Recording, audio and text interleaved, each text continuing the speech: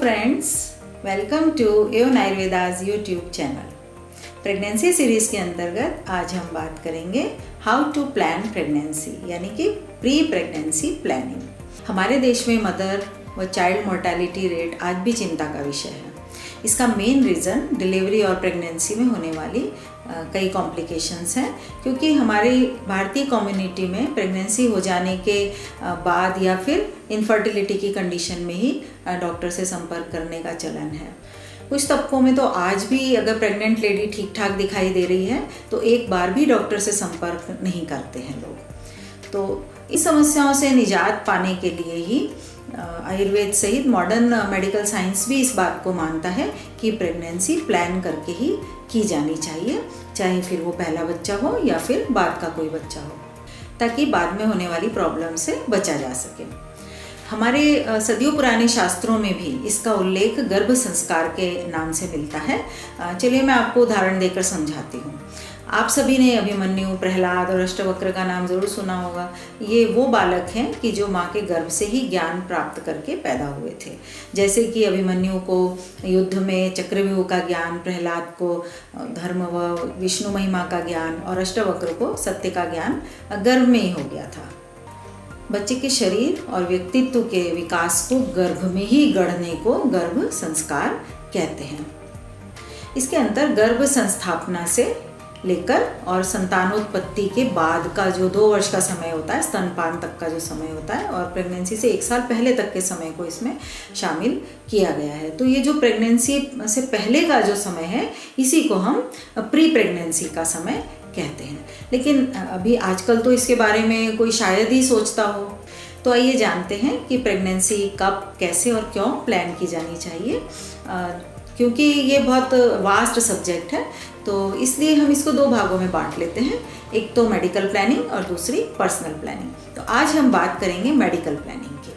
तो सबसे पहले पति पत्नी जब भी पेरेंट्स बनने के लिए तैयार होते हैं तो उनको जो भी बर्थ कंट्रोल कि कोई भी मेथड अगर वो यूज़ कर रहे हो, चाहे वो पिल्स हो, इंजेक्शंस हो या और कुछ हो, तो वो उन्हें पहले छोड़ देना चाहिए और कंसेप्शन होने से पहले ही डॉक्टर से संपर्क करना चाहिए, ताकि डॉक्टर उनकी general condition, general body checkup करके जांच करके बता सकें कि जो महिला है उसकी बॉडी माँ बनने के लिए तैयार है या नहीं है।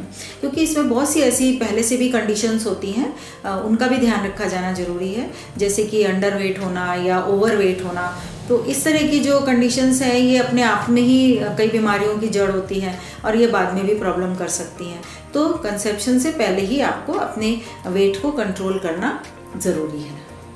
इसके अलावा आती है लेबोरेटरी टेस्ट की बात। तो haemoglobin, haematocrit, serum calcium, serum protein वगैरह हैं, जो इनकी जांच पहले से ही, ब्लड ग्रुप वगैरह, इनकी जांच पहले से करा लेनी ज़रूरी होती है, ताकि बाद में चल के कई बार होता है एनीमिया की बहुत कंडीशन हो जाती है सीरियस, तो खून की कमी से, कैल्शियम की या प्रोटीन की कमी से ना जूझना पड़े।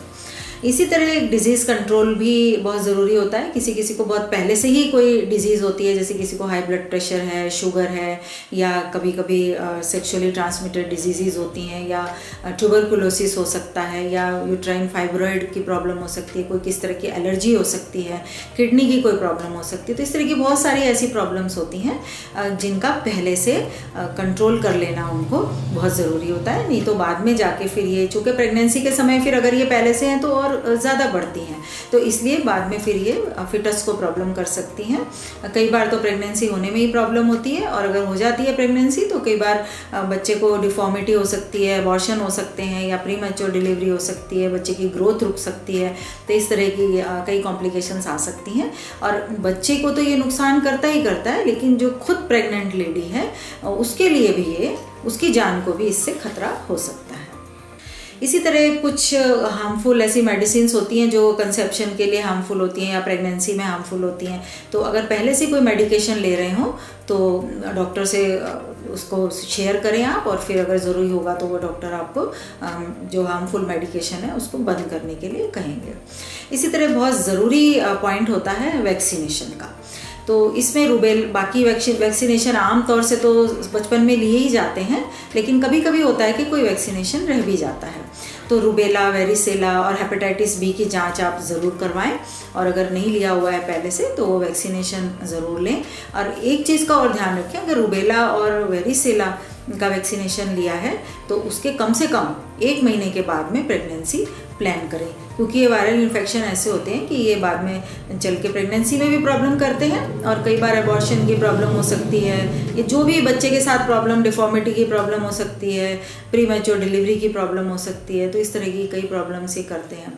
इसके अलावा भी कुछ वायरल इन्फेक्शन ऐसे होते हैं, जैसे कि जेनाइटल हर्पीज़ है, या फिर साइटोमेगेलो वायरस है, HIV है, या पार्वो वायरस है, B19, तो ये भी इसी तरह के वायरस हैं जिनका पहले से ट्रीटमेंट करा लेना बहुत ज़रूरी है। इसी तरह एक बहुत इम्पॉर्टेंट बात है कि अपने डेंटिस्ट से मिलना ना भूलें, क्योंकि कई दांतों की ऐसी प्रॉब्लम्स, डेंटल कैरीज जैसी होती हैं कि जो अगर पहले से हैं आपको, तो प्रेगनेंसी में ये बहुत तीव्र गति से बढ़ती हैं, बहुत तेज़ी से बढ़ती हैं, और देखा जाता है कि इसकी वजह से, डेंटल कैरीज की वजह से कुछ ऐसे रसायन पैदा होते हैं शरीर में जो कि प्री मैच्योर डिलीवरी करा सकते हैं।